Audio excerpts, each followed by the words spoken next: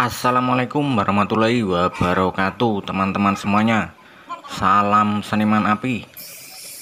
Di video kali ini saya berbagi cara tag well atau ngetek dengan las argon, teman-teman.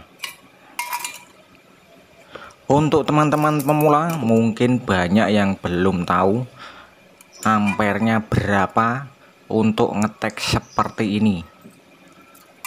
Untuk ampere, kalau untuk ngetek seperti ini itu minimal 100, teman-teman ya, agar materialnya cepat cair. Sekali ketek langsung nempel seperti ini. Kalau di bawah 100 mungkin lama nanti nempelnya. Jadi minimal 100, lebih dari 100 malah lebih bagus. Apalagi kalau materialnya tebal, itu harus di atas 100 ampernya. Lebih enak lagi kalau setelannya rapat, teman-teman. Tidak usah pakai kawat las atau filler seperti ini. Kalau untuk material yang tipis itu tidak usah pakai filler atau kawat las, teman-teman. Karena di sini materialnya tebal, saya memakai kawat las.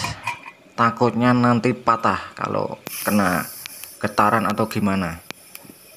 Misalkan penyetelan pipa sanitari menggunakan ampere 100, ini lebih mudah, teman-teman, asalkan setelannya rapat dan tidak ada gap atau celah, teman-teman.